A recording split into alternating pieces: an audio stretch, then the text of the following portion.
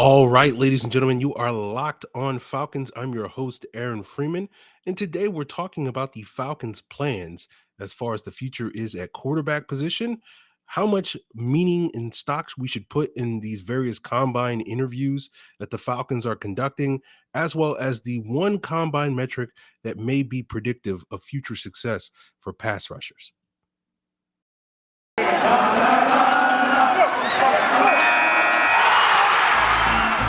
You are Locked On Falcons, your daily Atlanta Falcons podcast. Part of the Locked On Podcast Network, your team every day.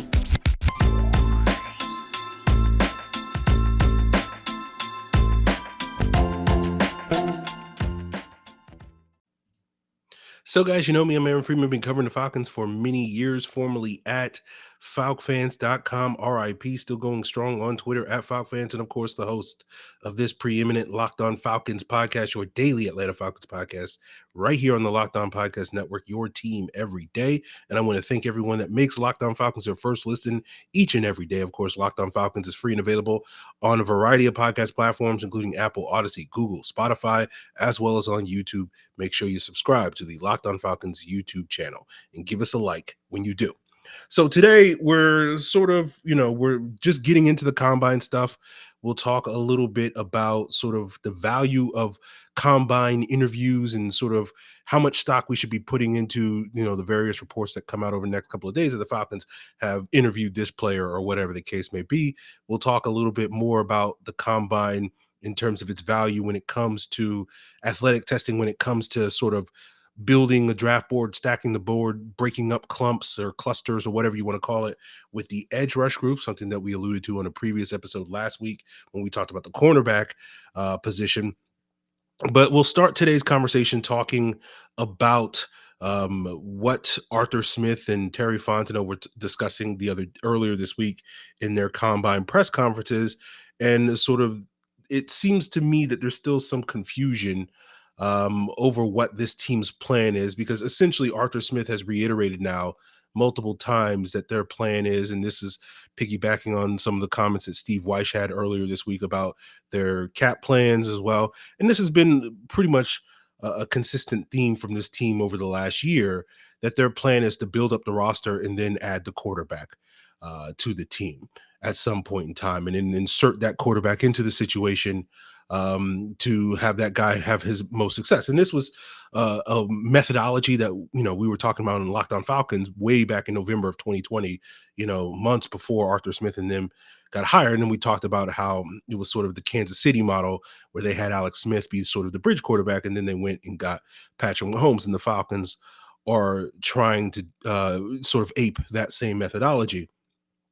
But I think the confusion lies that just because the Falcons roster is not currently built up today doesn't mean that taking a quarterback, today, or at least this upcoming April, is completely off the table.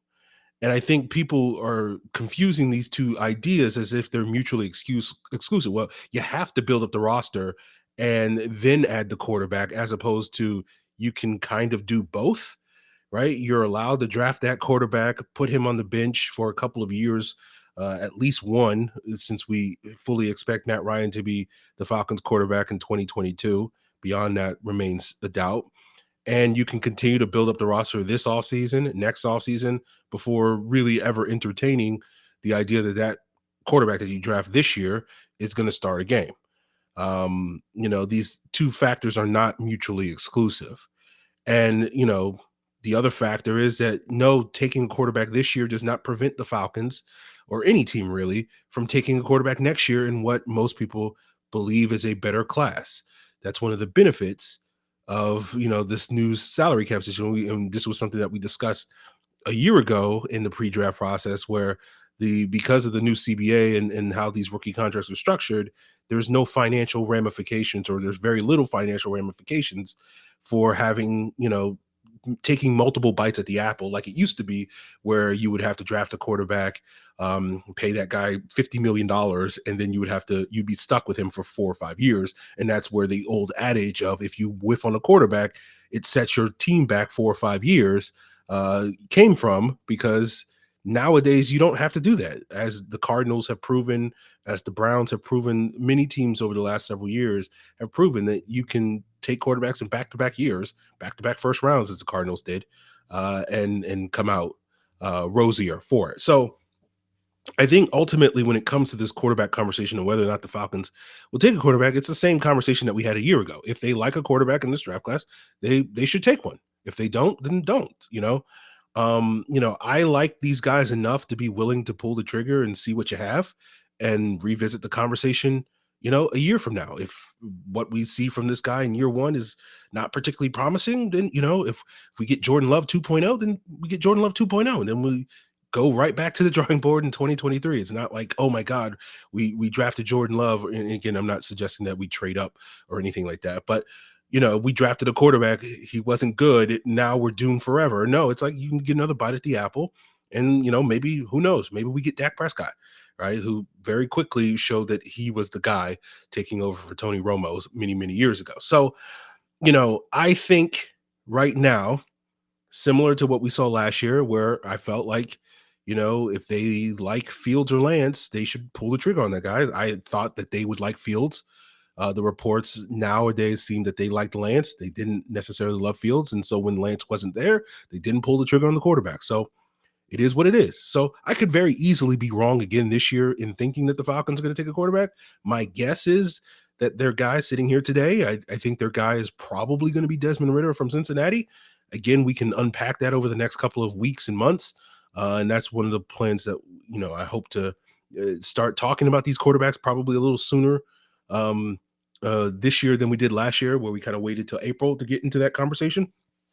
But for me personally, like Desmond Ridder isn't my top quarterback, but he's one of the five that I could certainly be talked into if the Falcons were to pull the trigger on one of those guys. That would be Ridder, Kenny Pickett from Pittsburgh, Carson Strong from Nevada, Sam Howell from UNC, and Malik Willis from Liberty. You could talk me into any of those five guys. It's not that I dislike Matt Corral from Ole Miss. He's just my lowest rated of these six quarterbacks. And I feel like at that point, you're just kind of drafting, based off my opinion of Matt Corral, you're just kind of drafting a quarterback to draft a quarterback. Not because I think Matt Corral can't be good in the NFL. I just feel like to me, he's more of this group. He's more of just the guy. But that's just my personal opinion. We'll see what the Falcons feel about that. We know that the Falcons have already talked to Matt Corral, as that was reported by Tori McElhaney of AtlantaFalcons.com. And they'll be connected with a bunch of players over the course of these next few days in terms of their combine interviews. And the next topic of conversation is going to be how meaningful are those connections in those interviews when it comes to sort of gleaning, the inner workings of the Falcons draft board. And we'll get into that as we continue today's Locked On Falcons podcast. But before we get there, guys, I want to plug what should be your second listen after you make Locked On Falcons your first listen. And why not check out the Locked On Braves podcast and get all the latest on the ongoing hubbub with baseball, games being canceled and lockouts and season delays. Get the insight and how that affects your favorite Atlanta Braves on the Locked On Braves podcast, free and available on all the same podcast platforms that you can find Locked On Falcons, including YouTube. So betonline.net is the number one spot for all your sports betting needs. Whether you're looking for the latest odds, totals, scores, podcasts, news, and more, BetOnline remains the best spot, even for your player performance props, including combine and draft props. I personally just put some money on who could be the first overall pick. The top four candidates are Evan Neal, who's minus 175, Aiden Hutchinson, who's plus 285, Ike Ekwonu, who's plus 400, and Kayvon Thibodeau, who is plus 1,000. And I put some money on both Hutchinson and Ekwonu because I have the feeling that after this combine weekend, those odds will change and they won't be as favorable a week from now, particularly for guys like Hutchinson and Ekwonu, who I put money on. And BetOnline is not just for combine and draft props. You can also head there for basketball, hockey, UFC, Vegas casino games, boxing, and much, much more. So head over to the website today at betonline.net to learn more about the trends in action. BetOnline, where the game starts. So guys, let's talk a little bit about, these reports coming out about the players being connected to certain players. And I know to a lot of folks, when I say things like you should probably take most of this stuff with a grain of salt. A lot of people in the past have, accused me of being hypocritical because I'm sure some of you guys recall, back at falcfans.com, RIP, when it was still live and kicking, I used to track which players at the Falcons were reportedly talking to at the combine, at the All-Star games, brought in for private workouts, did these on-campus workouts.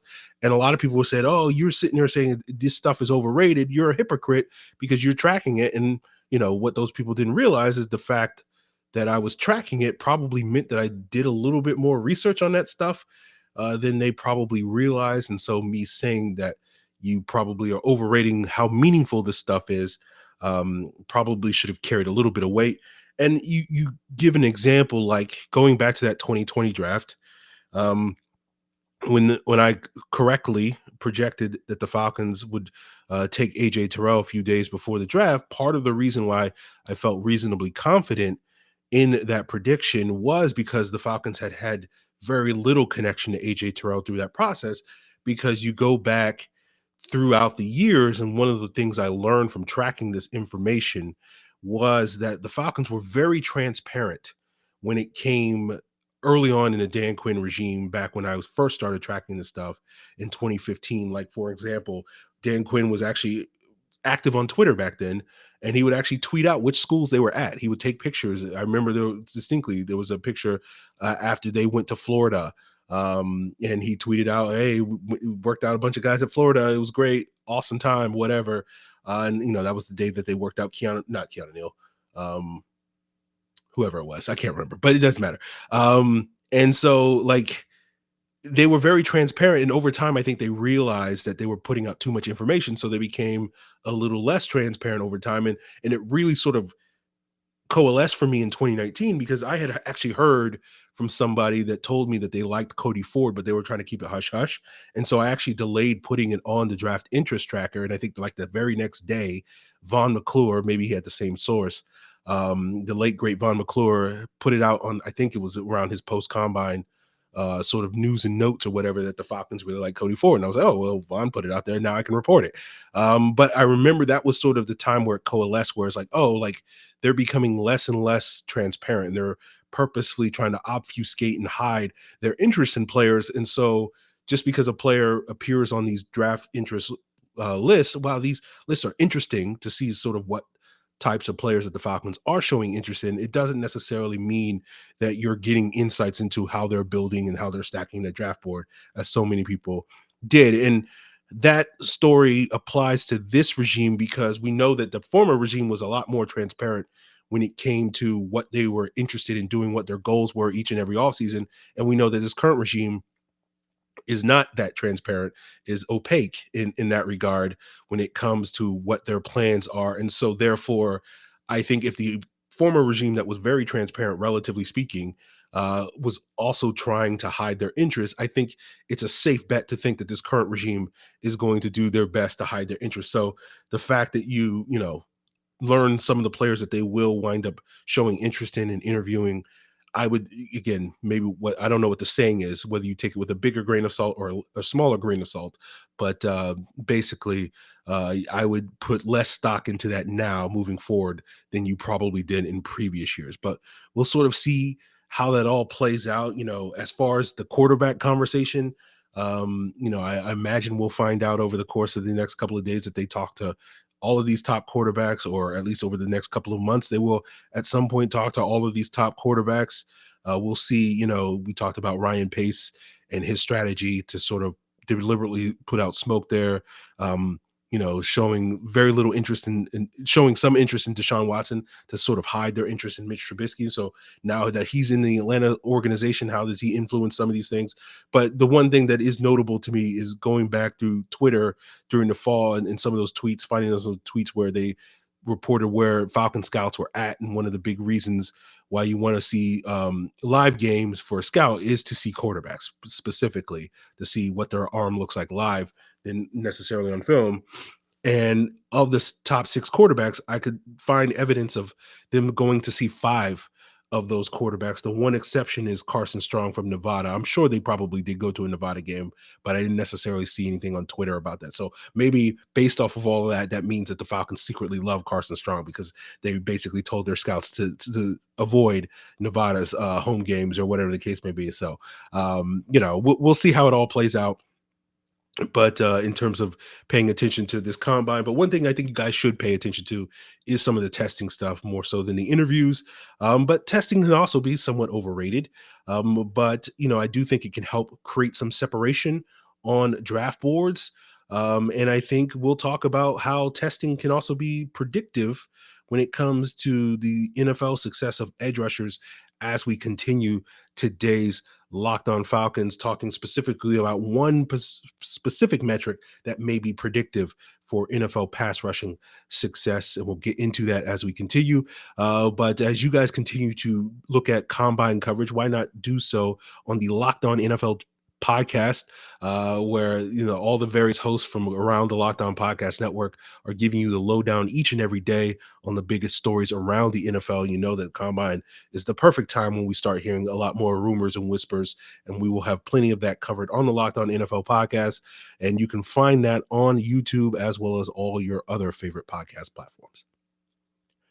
So if you go back to, I think, last Friday's episode, we talked about the sort of combine, or we talked about the pre-combine. I put up a graphic on YouTube, so go check out the YouTube version of that episode. But I described the graphic where I had a sort of consensus board based off of 5 prominent draft peoples and draft websites, rankings or whatever the case may be, and we went in depth about the cornerback position because it was kind of a cluster of guys that were at 6, 7, and 8, being Ahmad Sauce Gardner, Derek Stingley Jr., and Trent McDuffie, and how athletic testing at this week's combine could, help solidify particularly guys like Gardner and Stingley as top 10 cornerbacks, but could also springboard a guy like McDuffie, who doesn't necessarily check the same sort of height, weight, speed boxes, at least on paper, that those other guys check, and went in depth in sort of how sort of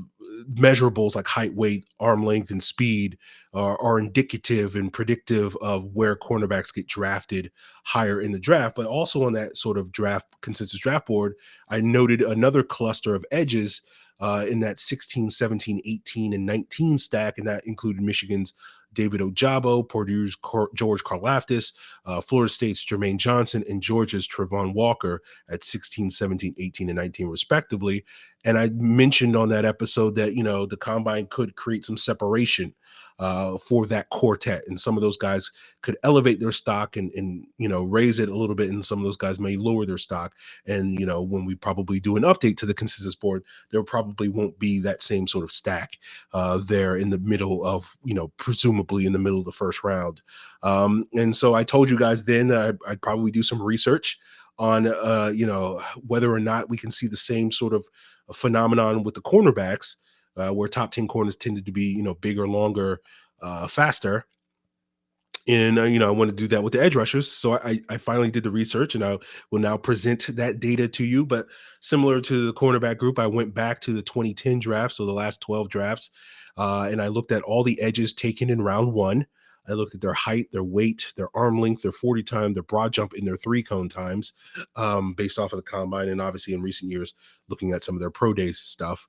I also looked at, those guys' production in their first 4 NFL seasons and how many sacks and quarterback hits they had using Pro Football Reference, and averaged them out to be, how many sacks and hits that they would produce over a 16-game span on average in their first 4 seasons.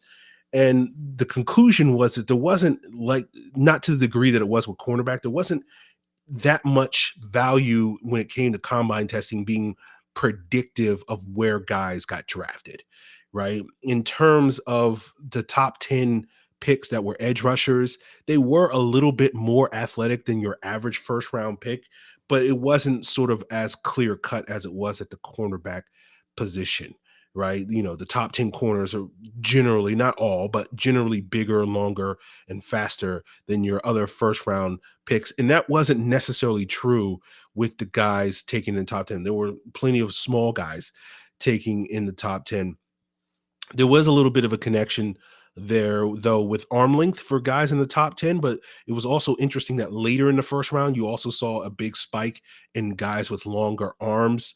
And it sort of led me to theorize that I think, as you sort of typically see in most drafts, like once you get around somewhere in the mid 20s, around pick 25 or so, you start to see teams, teams have exhausted the quote unquote first round talents in that draft in most years.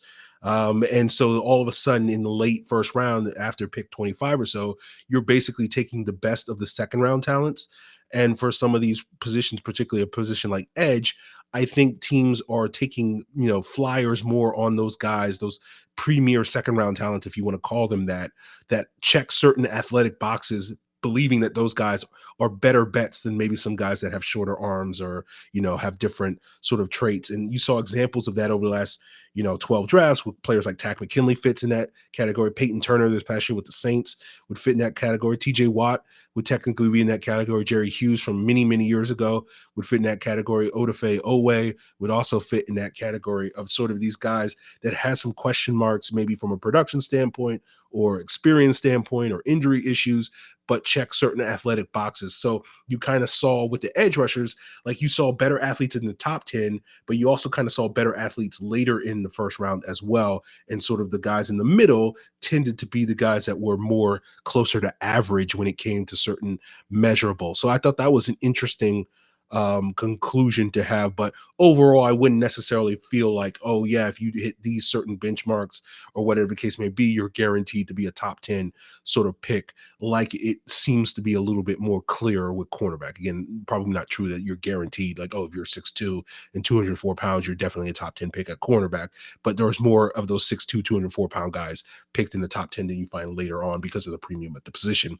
And edge doesn't really necessarily show that. So when it comes to this cluster of guys, when we're talking about the Ojabos, the Johnsons, Walker, Karlaftis, I think testing will help break up that cluster, but I don't necessarily know if testing is going to catapult any of those guys into the top 10. It's interesting because a player like Trayvon Walker is getting some top 10 buzz from certain people. Dane Brungler has him ranked in their top 10. I think Daniel Jeremiah in his most recent mock draft that he put out this week had Trayvon Walker go in the top 10. We discussed on the recent episode when we talked about Kayvon Thibodeau, falling to the Falcons, that Jeremiah talked about how NFL teams are sort of clustering Thibodeau closer to a guy like Walker, or in Walker over Thibodeau, than necessarily that cluster, that previously believed cluster that was Aiden Hutchinson versus Thibodeau. And so I think when we think about that, like if Trayvon Walker does wind up testing well and winds up being a top 10 pick, it's not because he tested well that promoted him in the top 10. It's more that NFL teams already considered him to be that, and he was just basically checking the box, right? That's kind of where I think NFL teams are on when it comes to athletic testing, particularly at the edge group, where, I think it's more about checking the box than anything. And you got to think about it from the perspective that when it comes to this pre-draft process, really the NFL kind of already knows or kind of likes their players a certain way. And this 4-month process from the end of the season to the draft is really us in the media, us in the fans, us in the public, whatever you want to call us, sort of playing catch up to where the NFL is with these players. And so that gives this perception that certain players rise and certain players fall. But a lot of times it's like, well, the NFL is just not in on that guy. Like they just don't like that guy nearly to the degree that the public assumed that they would or did, right? And so, like, we'll say, oh, this guy's falling down the board. Like a player like Karlaftis is a great example, or Walker is a great example of a player rising up the boards, and Karlaftis is a player that's falling down the board because, back in December, Karlaftis was being mocked in the top 5, and Walker was like a second-round pick or whatever the case may be. And, let's say, hypothetically, Trayvon Walker gets picked 7th overall by the Giants, and Karlaftis goes 23rd overall to whoever's picking there. I don't know. Steelers, Patriots, whoever's picking there. People were like, oh, Karlaftis fell. And it's like, not really. He didn't fall. I just don't think the NFL teams loved him. And one of the reasons why that may be is because the other thing that I found and looked at with my research is sort of what's predictive of NFL success, looking at that sack production, particularly. And it seemed like the 3 cone is the most indicative of any of these metrics that I looked at to be predictive of NFL success. It was also relatively to the other metrics: 40 time, arm length, weight, height, as well as broad jump. The more predictive, or the one that correlated the most with draft, where guys got drafted, it seemed like most of the early round picks tended to have good three cones, but not all.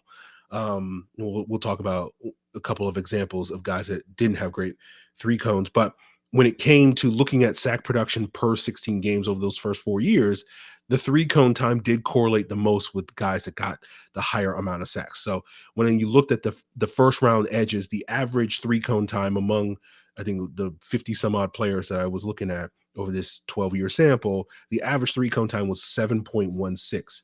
And then when you looked at the 10 most productive sack artists, where, and this didn't include Myles Garrett, because Myles Garrett didn't have a three cone, but he was like second on the list, behind, I think, Von Miller.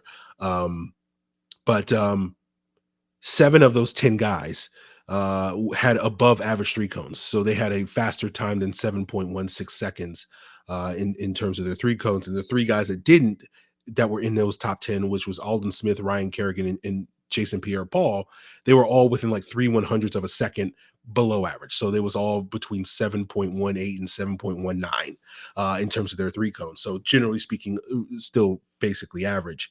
Now, just because you have a great three cone does not automatically equate to great NFL success, at least when it comes to sack production, because Vic Beasley had a great three cone and he's pretty average among first round picks over this data set. Bruce Irvin also, and Melvin Ingram, again, 3 players that generally had decent NFL careers, but in terms of sack production were fairly average in that group.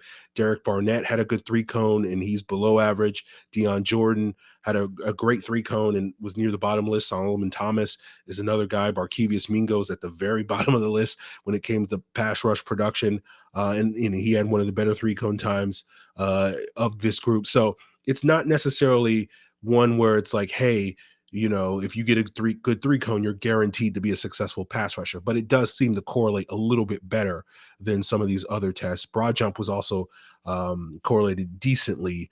So it's like, if you have that bend, which three cone you can argue measures best for edge rushers, and you have that sort of explosive first step that you can get from a broad jump, that lower half explosiveness, those are pretty good traits, right? That, that speed rush that you can, win with your first step and then bend the edge is a pretty good indicator that you're going to have success in the NFL, because we know that a lot of offensive tackles struggle with that.